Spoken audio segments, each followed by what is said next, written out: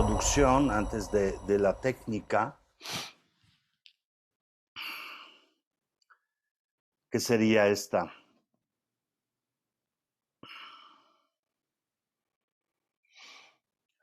Todo lo que estamos haciendo en nuestras prácticas tiene que ver con el funcionamiento de la mente. ¿Se oye bien? Sí. Ok. Gracias. Tiene que ver con el funcionamiento de la mente, es decir, todos los procesos que ocurren en la mente, que son, como ya sabemos, o ya lo he mencionado tantas veces, la fuente de todos los demás. La mente genera una visión de la realidad, tal como la conoce cada uno, y de acuerdo a partir de ahí, a partir de reconocer esta realidad, surge todo un mundo interno de relación con eso. Y esa relación puede ser dolorosa, o puede ser gozosa, o puede ser confusa, o puede ser miedosa, o puede ser enojosa, o qué sé yo. Pero a partir del surgimiento de la visión, ocurre la reacción. Y esta reacción, entonces, desde la parte más fina de nuestro ser, desde la mente, donde hay una percepción, más que percepción, la palabra en español no es buena, realización, el darse cuenta de un tipo de realidad que vive o instante cada uno, es la parte más fina, es la secreta. Ocurre la parte más gruesa, que es la interna, los sentires y la forma en la que uno se relaciona con eso. Y cuando surgen estos sentires y surge una relación con eso, lo cual ocurre en nanosegundos, entonces aparece la tercera parte, que es la parte de la realidad física externa. Detrás de la relación emocional, perceptual con lo externo, surge una actitud de uno. Y la actitud requiere de un cuerpo. Entonces se construye un cuerpo y el cuerpo reacciona con la parte física, cuando la mente solamente genera un concepto de esto. Por ejemplo, nadie me quiere, ¿no? O ya me voy a morir, o qué sé yo. Ese concepto genera una relación y la relación genera una actitud, y el cuerpo, con sus ojos, con sus oídos, con todos los órganos de los sentidos, proyecta una realidad. Entonces, en las enseñanzas, lo he dicho 1000 veces y voy a seguir diciéndolo, las enseñanzas del budismo tibetano están divididas en esas tres grandes corrientes de interactuar con el sufrimiento de uno o la liberación del sufrimiento, que es la iluminación. Uno, a través de lo físico, de los actos, de las actitudes, del comportamiento. Voy a empezar este ciclo del karma, que justamente se basa en este conocimiento de cómo modificar la realidad externa a través de las actitudes de uno. Esa es la ley de karma, nace ahí. Luego, hay esas prácticas llamamos sútricas. Y como ejemplo así milenario de explicar en qué consisten prácticas sútricas, cuando la misma palabra sutra, ojo, en el hinduismo significa textos. Sutras son textos, son palabras, pero en el budismo tibetano nos referimos, claro, a enseñanzas que nacen de los textos, pero definen comportamientos y prácticas relacionadas con el cuerpo. Sutras. Entonces, el clásico ejemplo o descripción que el maestro da de los sutras cuando lo explica es que una persona, cuando se encuentra con una planta venenosa y con una planta saludable, rica y deliciosa, pues para que no se envenene y no muera, evita las plantas venenosas. Planta venenosa quiere decir actitudes venenosas. Quiere decir la realidad venenosa que envenena la visión de la mente, envenena las emociones. Uno lo evita. Se pelean allá, mejor no voy a ir porque me voy a conectar.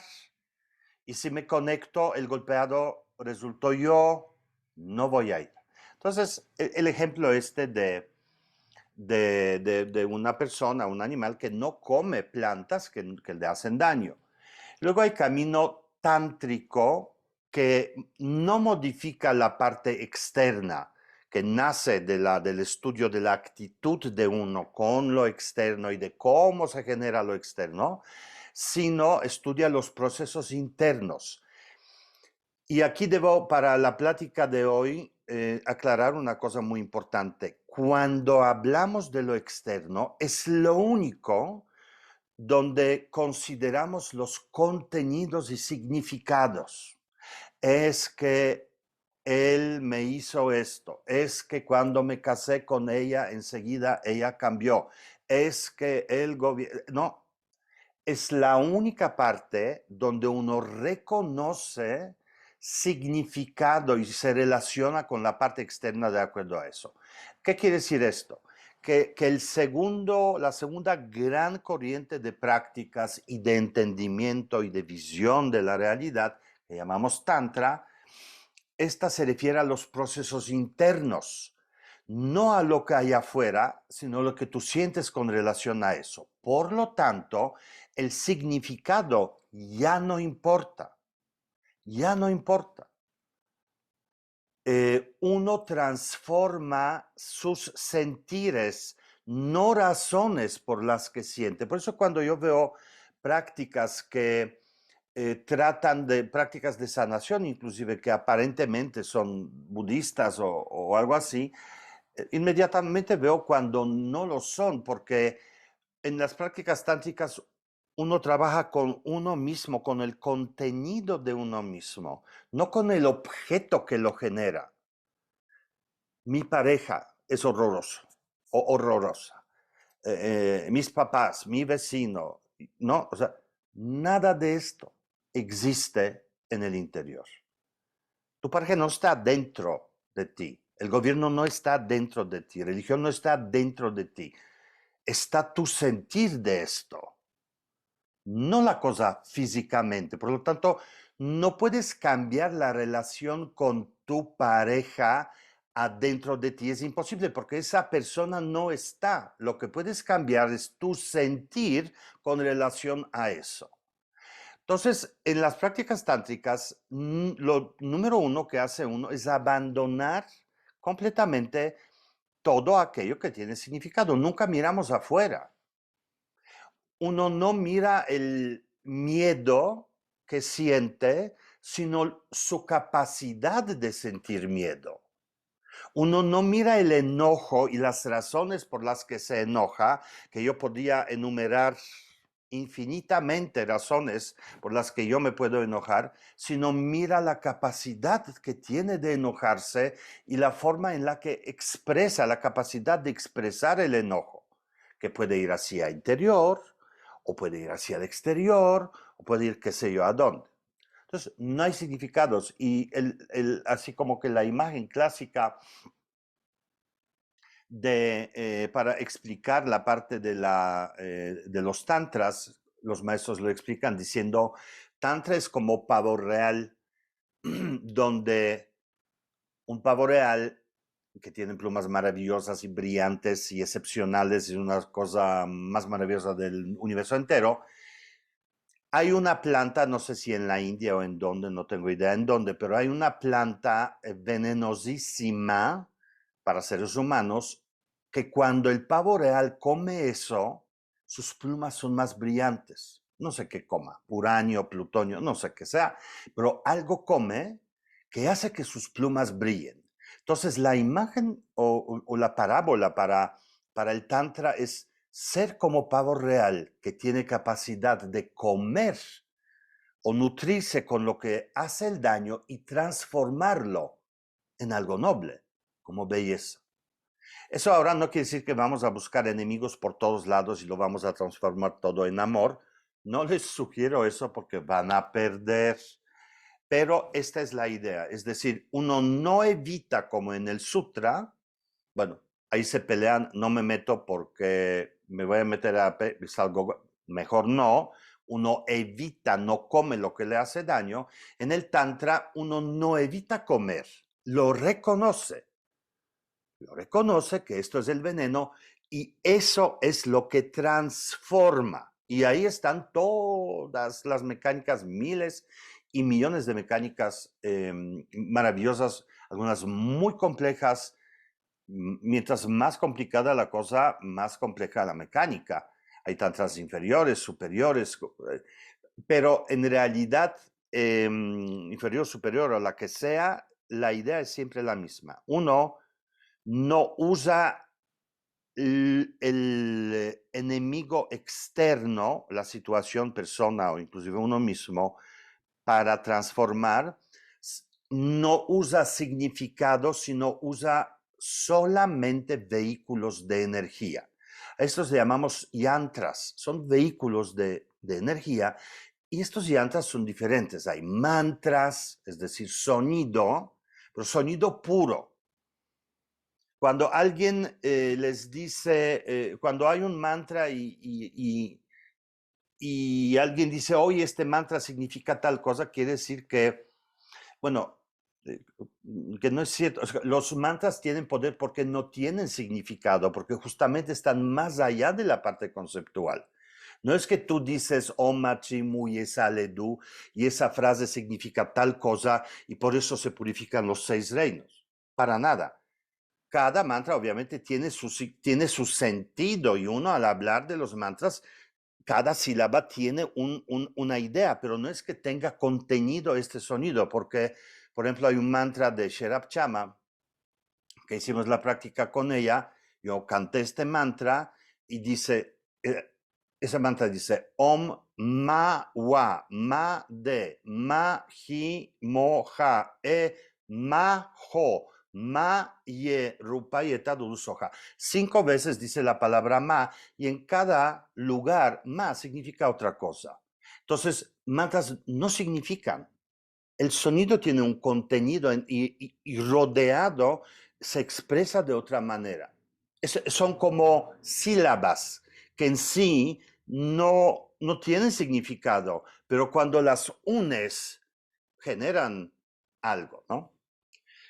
Entonces usamos sonidos, usamos visualizaciones, usamos movimientos, usamos posturas, usamos visualizaciones y usamos respiraciones. Nada de eso posee significado intrínseco, nada. Es una técnica meramente que hace que la mente se comporte de cierta manera. Y luego hay tercer camino, que es el que practicamos vagamente nosotros, estamos en esa área que es de la mente, que es Dzogchen, que va más allá de la identidad, ni siquiera del significado y contenido, y más allá de la energía, va más allá de la identidad y acude a la parte previa a la construcción de la realidad. Eso es lo que hacemos nosotros. Pero hoy quiero enseñar las respiraciones y esas... bueno, y el símbolo o la manera en la que simbólicamente se define o describe las enseñanzas de la mente o Dzogchen, se dice que, ok, en los sutras tú evitas el veneno, en los tantras te lo comes y lo transformas, en el Dzogchen no haces absolutamente nada, lo dejas tal cual es. Y desde el momento en el que te desvinculas, es decir, lo dejas todo tal cual es, eso se disuelve. Y eso es lo que hacemos. Uno no batalla con las cosas, uno se da cuenta que son vacías en sí mismas y entonces todo comienza a cambiar en ese momento. Pero regresamos al Tantra y a este yantra que está relacionado con el aire. El aire, de hecho en tibetano, el viento, el movimiento del aire, el viento se le llama lung. Lung es viento, que en sánscrito son pranas, ¿no? Es decir, son movimientos, solamente movimientos de energía. Y esa energía, ese prana o ese lung, la estructura es muy parecida a la estructura del aire. uno no lo ves, pero trata de no respirar a ver a dónde llegas. O sea, es vital. El aire es vital, pero no interactúas con él. O sea, no puedes hacer nada, no lo puedes controlar, no puedes hacer nada, solamente tienes que vivirlo. Es vida en sí misma. Por eso le llamamos fuerza vital, lung, prana vital. Es vida. Entonces, la estructura del aire, como lo vemos, y la estructura de los lung es parecida. Su densidad, la manera en la que se expande o se contrae, la forma en la que se mueve, se puede organizar. Cuando un aire entra en un tubo, toma fuerza. Un tubo, me refiero, ¿no? El aire puede mover las cosas que generan energía eléctrica y asimismo pranas o lungs de acuerdo a la estructura en la que entran, toman otra forma e interactúan de otra manera en el sistema energético de nosotros.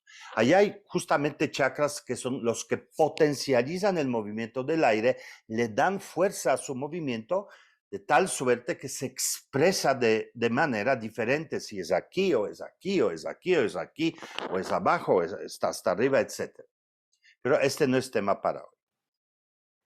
El aire, teniendo estructura muy parecida a la estructura de los pranas, es el único de los elementos de la naturaleza que tiene poder de interactuar con los pranas. Por eso hay tantas prácticas de respiraciones en todas las tradiciones orientales.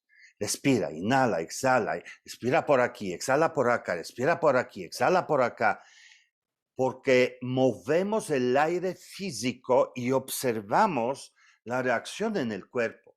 Uno sensibiliza esa parte a través de las respiraciones, a través de la atención de la mente y el movimiento del aire físico, interactuamos con el movimiento del aire interno, de los pranas. Y ahí está el poder de las 9 respiraciones de purificación. He conocido muchísimos lamas, bueno, en mi tradición del Bon, del Yunruk Bon, decenas, desde el abad, 2 abades de la tradición, hasta los maestros más importantes y los maestros menos conocidos y los monjes y los que sea, cada uno de ellos hace 9 respiraciones de purificación. Cada uno. No es que, no, yo ya soy el jefe, yo ya no hago, yo eso ya lo pasé. Cualquier práctica que guiaba el abad, aquí tengo en mi altar, bueno, que guiaba el abad, empezaba con las 9 respiraciones. ¿Por qué? Porque él al mover el aire dentro de su sistema de canales, movía las impurezas. Es como si, como si tuvieras un popote y, pues popote es mal ejemplo, pero pon tú que sí, está por dentro lleno de basuritas porque tomaste no sé qué, té, y se quedaron las hojitas allá, soplas y esto sale. Entonces, si uno quiere tener una práctica exitosa, necesita llevar la mente a un lugar limpio. No puedes, o sea, uno se la pone muy difícil cuando llega a la práctica de quietud y de paz súper enojado. O sea, ¿te estás retando o qué te pasa? Primero, quítate los zapatos, quítate la mente, quítate todo lo demás y luego puedes meditar. Eso no es eso es lógico, es lógica. Entonces, las prácticas de las 9 respiraciones de purificación, en el formato que lo voy a enseñar hoy, lo que hacemos en nuestras prácticas, están para, es este segundo paso del que hablé en la última reunión, de prepararnos para la meditación, literal. Primero es el cuerpo, que también dije que ellos cuerpo lo disuelven en un segundo y les da igual. Claro, lo ponen en una postura, pero lo hacen automáticamente e inmediatamente conectan lo que yo llamo bondades de la postura. Conectan estabilidad, Eso tal vez tema para otro día. Conectan estabilidad, conectan la claridad, conectan la apertura, conectan el enfoque y separan lo interno de lo externo. Les decimos separan la mente pura de la mente impura y luego hacen las 9 respiraciones para sacar todo lo que está surgiendo, gestándose, germinando en este momento en tu mente. Todavía no lo ves, porque todavía no piensas, porque todavía no lo ves, porque todavía no lo sientes, pero ahí está. Y eso hace espacio. Y entonces cuando hay espacio claro y abierto, haces un tufo. Te echas adentro de la mente y entonces no hay esta zona de olas. Ay, no puedo meditar, maestro, porque estoy pensando. Le estás quitando el alimento a los pensamientos. Le estás quitando las emociones que están surgiendo invisibles. Por eso tu entrada es mucho más poderosa y una vez cuando uno está dentro de la mecánica de la meditación, está enganchado con la mecánica, ya es mucho más fácil como rebotar lo que surge, porque estás adentro. El mayor problema de los practicantes principiantes es que no pueden entrar porque tienen la cabeza hormigas que le caminan por todos lados, ¿no? Entonces, para eso es la práctica de las 9 respiraciones. Número 1. Ahora, para poder llevar a cabo esta práctica, bueno, la práctica que hemos hecho las últimas 2 veces, la misma práctica de las 9 respiraciones, está desarrollada como una práctica en sí misma. Dura 30 minutos, puede durar 1 hora. En sí misma como práctica central. Así la hacemos nosotros. Pero esa versión de 3 minutos que vamos a hacer ahora o de 1 minuto y medio, esa es la que yo quiero que aprendan y la incluyan en su vida. Te bañas en la mañana, te lavas los dientes y haces 9 respiraciones. Punto. Incluirlo en la vida cotidiana y vas a ver cómo se empieza a hacer menos denso todo. Esa práctica es, en verdad, es, bueno, es maravillosa. Muy bien. Entonces, siendo práctica de los tantras, se refiere a la parte interna, pues hay que hablar de esta parte interna. La parte externa es esto y esto.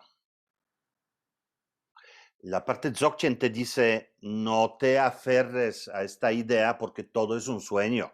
De por sí, o sea que esto, no es que esto está separado de esto, es lo mismo. Nada más que de adentro para adentro se ve como lo sientes y para afuera se ve así, pero es lo mismo. Y este cuerpo es lo que lo genera, no al revés, no están separados para nada. Eso lo dice Dzogchen.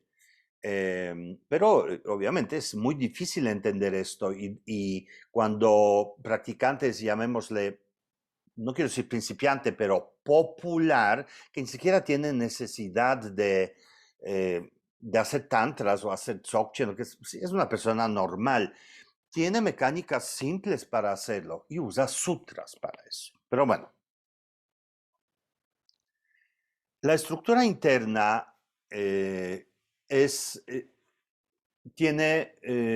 básicamente tiene 3, 4 cosas, porque unos son canales de los que vamos a hablar hoy, otros son pranas, otros son chakras y otros son lo que llamamos tigles. Hablando de otra manera, pranas es la fuerza vital. Cuando mueres pierdes eso, pierdes vitalidad, pierdes capacidad de interactuar. Se colapsa la realidad externa. Primero, luego se colapsa el cuerpo, luego se disuelven los sentires y luego se disuelve la mente. Es el proceso de la mente que hay muchas enseñanzas y prácticas relacionadas con estos procesos. Entonces, pranas, nosotros en una práctica que se llama Tsalung, hacemos una práctica que tiene 9 por 5, 45 pranas o formas de prana. Hay 5 pranas principales, cada uno tiene 9 aspectos y se engancha con otra parte de nosotros. Y esa práctica trabaja con eso. Es una práctica que yo quiero mucho, pero pues es una práctica un poco diferente. Vamos a ver si la hacemos. Diferente de lo que hacemos en Dzogchen. Pranas es esa fuerza. Luego hay canales. Canales son caminos por donde se desplaza esta fuerza. Y yo les voy a enseñar al ratito una imagen de los canales que vamos a usar en las 9 respiraciones, pero es una imagen simbólica porque en realidad no es así. En realidad no, o sea, decimos, claro, hay un canal central, está en el centro de ti. Dzogchen dice, fíjate, es al revés, el canal central no está dentro de ti, el canal central es el presente y tú estás adentro del canal. O sea, cada enseñanza lo enseña de otra manera, pero el Tantra lo dice así, es el centro de tu vida, ¿no? Y hay canales laterales, y hay canales en los ojos, en los oídos, y así, esos somos puros canales. Pero para entenderlo mejor, yo no quiero que se relacionen con canales como tubos de color por donde camina fuerza vital, porque es súper raro. A mí desde el principio se me hacía raro que yo tenga un tubo adentro. Me costó, bueno, hasta que empecé a sentirlo, evidentemente, ¿no? Pero desde el principio decía, cosa tan más rara. Pero les voy a platicar una anécdota de mi vida. Cuando estaba en la universidad, entre el plantel y la biblioteca, que era gigantesca, había un parque grande, pero enorme, o sea, como, no sé, todo Chapultepec junto. Y este parque, en el invierno, evidentemente, en verano pues era verde, pero en el invierno se cubría de nieve, por lo tanto los caminos estaban cubiertos. Entonces, uno que estaba de un lado del parque, y yo lo veía por la ventana del salón de la escuela, todo estaba idéntico porque acaba de caer la nieve y era blanco. Y entonces, ¿qué sucedía en el invierno? La gente para cruzar, en vez de dar vuelta a todo el parque, que tenía la nieve pues 3 meses, se cruzaban en medio, obviamente, y hacían caminitos. Y al hacer estos caminos, a mí me llamaba la atención porque había uno que justamente iba de la escuela, de la salida de la escuela, de la universidad a la biblioteca. No era recto, sino daba vuelta. Y yo decía, no pueden caminar recto. O sea, ¿por qué tienen que caminar así? Entonces caía la nieve, todo se tapaba y al día siguiente otra vez hacían camino y otra vez era chueco. Entonces yo, necio, joven, ¿verdad? Dije, no, yo voy a ir derecho. No pude, no sé qué pasó, pero no pude. Para acabar pronto. En el invierno, ese parque estaban marcados caminos por donde caminaba la gente. Y no se trata de que el primero era retrasado mental y no sabía ir derecho, sino había una mecánica, había una fuerza. Yo desde el punto de vista de la enseñanza que tengo, sé que esto le llamamos espíritus del lugar. No lo ves, pero está ahí, entonces no puedes ir derecho, haces una pequeña vuelta, punto. En la vida hay lo mismo, hay lugares, unas paradas en la vida de cada uno donde uno se detiene y hay cosas, eventos en la vida, en la memoria, que uno le da vuelta, no pasa por ahí. Y hay lugares donde pasa a fuerzas y este caminito a donde entras se hace choncho y se hace amplio. Entonces, lo mismo ocurre en las emociones. ¿Qué quiere decir? Que cada uno de nosotros tiene su propia manera de sentir el enojo. El enojo en cada uno de nosotros tiene su camino. Caminas aquí, aquí empiezas a pensar, aquí empiezas a decir palabras para adentro, aquí ya te salen palabras para afuera, aquí ya hay acciones, aquí ya, ¿no? Y repetimos la misma mecánica. Igual, y tu hermano o tu esposa o tu vecino o quien sea, el mismo fenómeno va a vivir de otra manera porque su camino es diferente. Estos caminos le llamamos canales, porque no te puedes salir de este canal. Esa es tu manera de odiar, esta es tu manera de amar, esta es tu manera de sentir rencor, esta es tu manera de sentir alegría. Tu manera, es tu canal. Pero somos seres humanos y al final de cuentas es parecido entre nosotros. Es diferente con habitantes del planeta X y es diferente de cómo lo siente tu mascota o cómo lo siente un pez. Sus caminos serán mucho más sencillos o no, no lo sé. Como seres humanos, a final de cuentas, estos caminos son parecidos, por eso los definimos y decimos, mira, este es así, y es recto, y es azul, y este es así, y está chueco acá, y es verde, y este es morado, ¿no? Para dar el sentido y para que uno pueda visualizar, porque al principio es imposible, es muy difícil encontrar un canal de manera experiencial. Entonces uno tiene que imaginárselo. Entonces él dice, mira, aquí arriba de la cabeza hay entrada a un canal. Por aquí estás conectado con el más allá, con el Dios, con lo divino, acá. Entonces empezamos a contar estas historias bien, bien bonitas, ¿no? Y bueno, entonces de aquí esa cosa desciende en forma recta y sale, bueno, de hecho sale un poquito de, pero eso no importa. No, termina el canal central 4 dedos debajo del ombligo. Termina el canal, pero sus efectos, ya que fluye hacia abajo todo el tiempo algo ahí, entonces hay un flujo todavía que continúa a través de la parte del perineo, más allá todavía del cuerpo. Asimismo, decimos que canal arriba, central, tiene ese tamaño, la cuadra de la mano, continúa. Ahí no se ve, pero bueno, hasta acá, cada uno, ¿no? De hecho, en las imágenes puedes ver, mira, voy a traerles una imagen de mi amado maestro. Mira, ¿lo ven? Esa parte que tiene arriba de este sombrero, que es un sombrero que se usa para empoderamientos, para iniciaciones y cosas así, representa justamente el poder que sale a esa altura del canal central.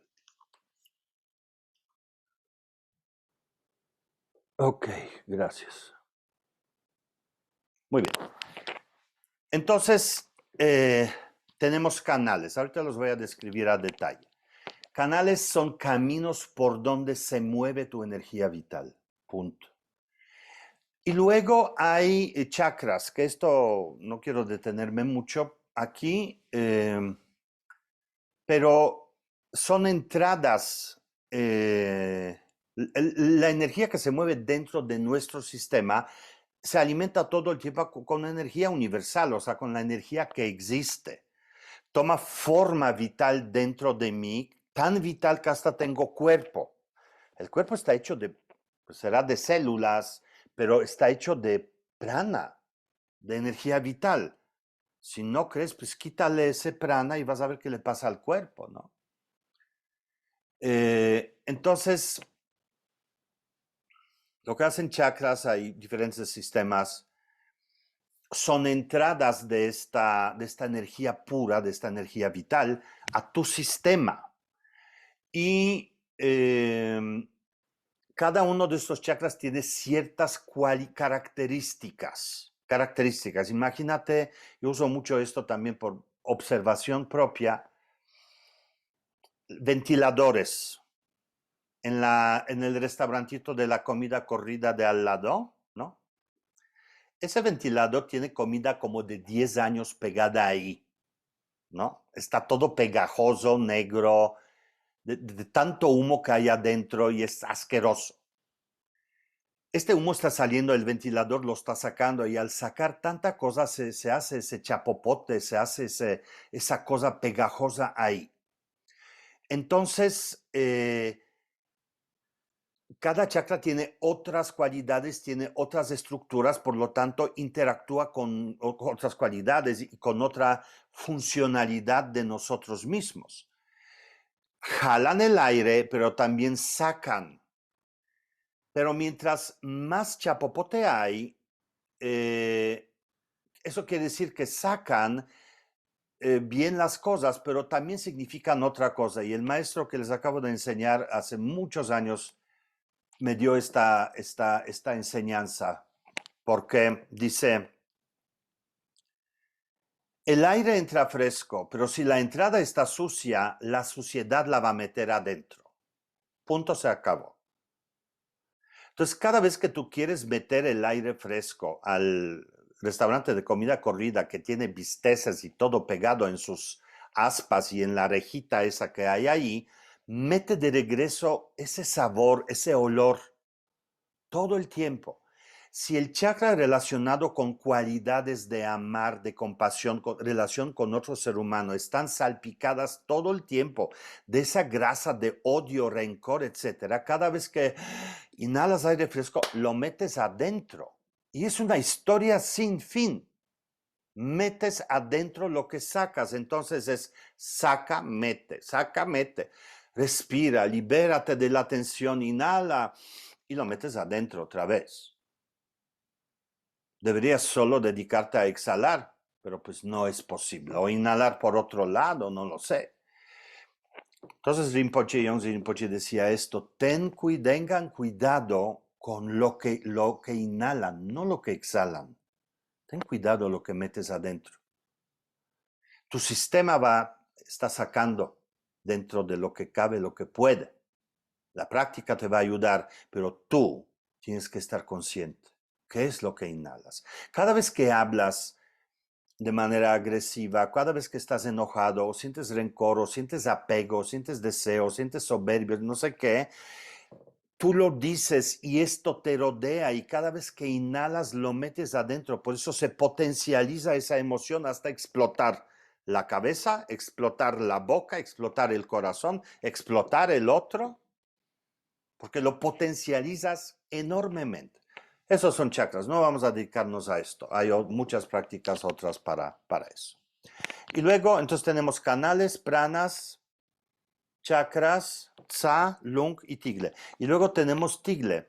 Tigles son contenidos luminosos, que no quiero que hablemos de este tema hoy, pero a fin de cuentas vamos a decir que la estructura son canales por donde se mueve la energía, son pranas, que es la energía, y son cosas que esa energía lleva. Punto. De eso es tu estructura. Entonces ahora, un trago.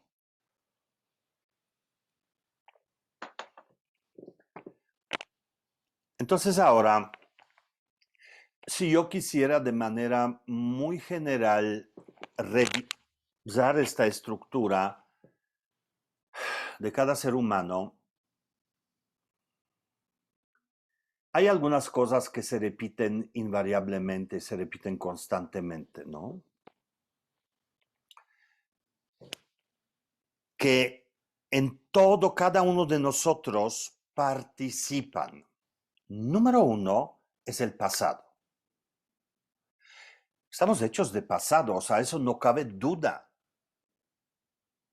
Hay un poder que se llama pasado, que determina muchas cosas.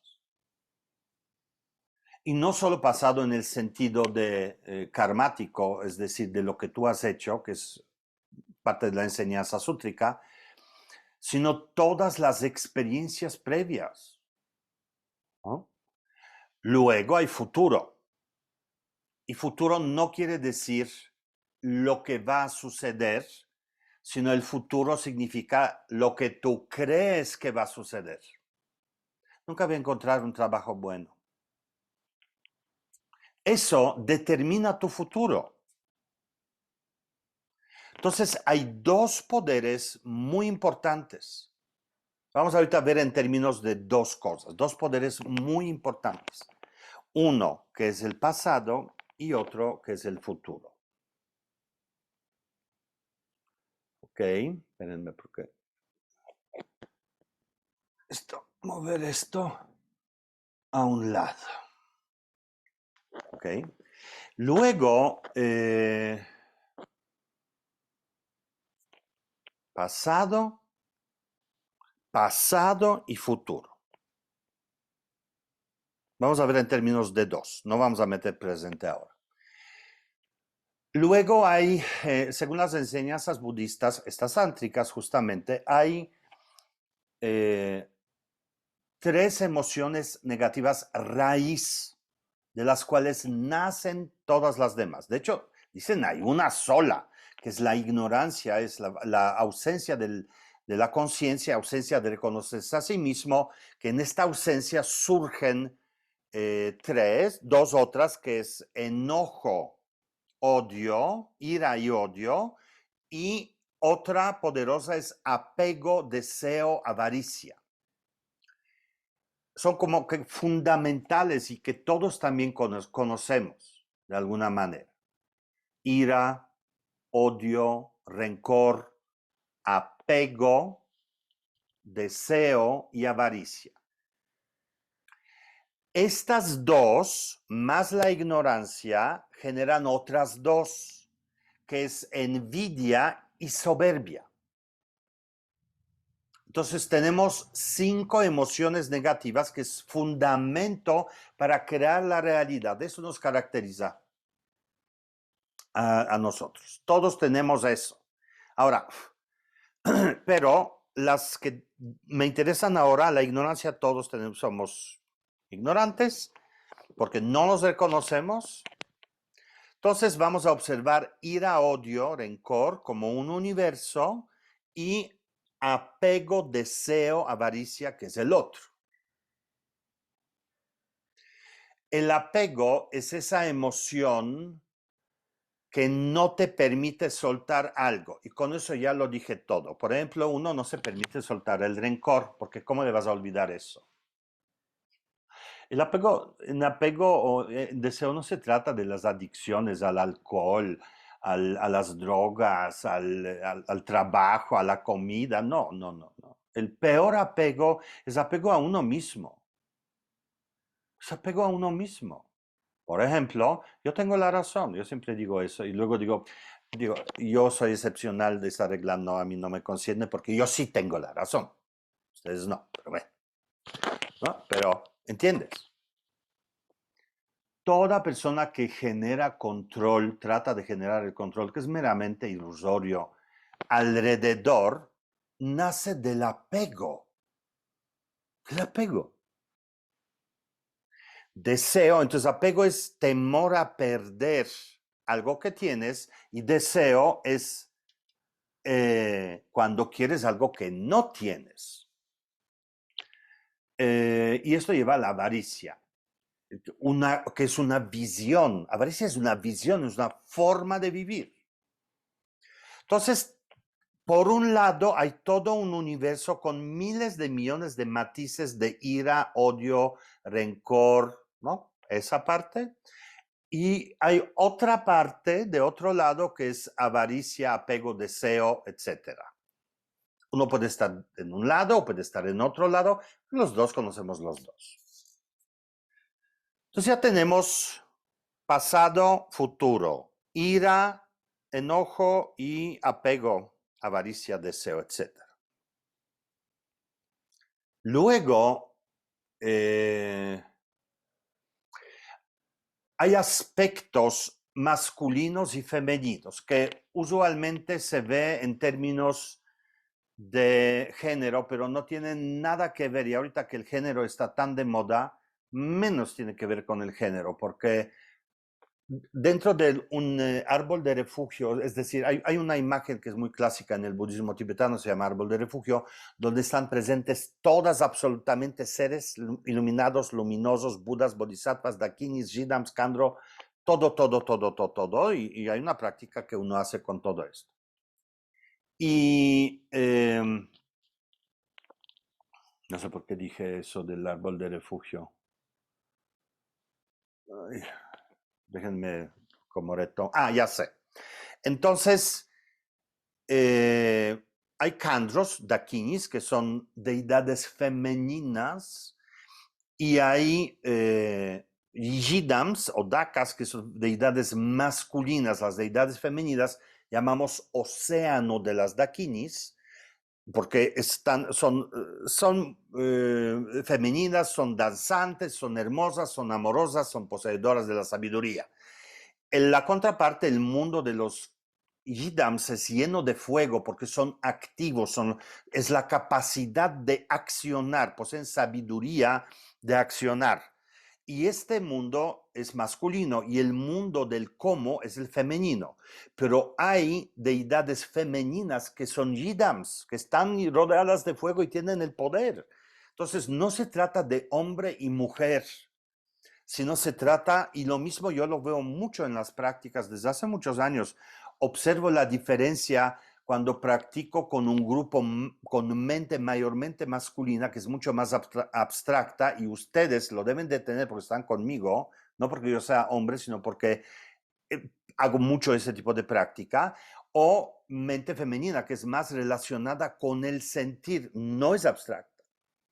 Entonces, hay aspecto masculino que se relaciona con la forma en la que haces las cosas y aspecto femenino que es la forma en la que entiendes las cosas. Son cosas separadas. Ok. Entonces, hay un almacén, por un lado, de todo el pasado. En el mismo almacén están todas las acciones, recuerdos y cosas que has pensado y sentido relacionadas con el odio y el rencor y el enojo. Y el aspecto masculino. Están en el mismo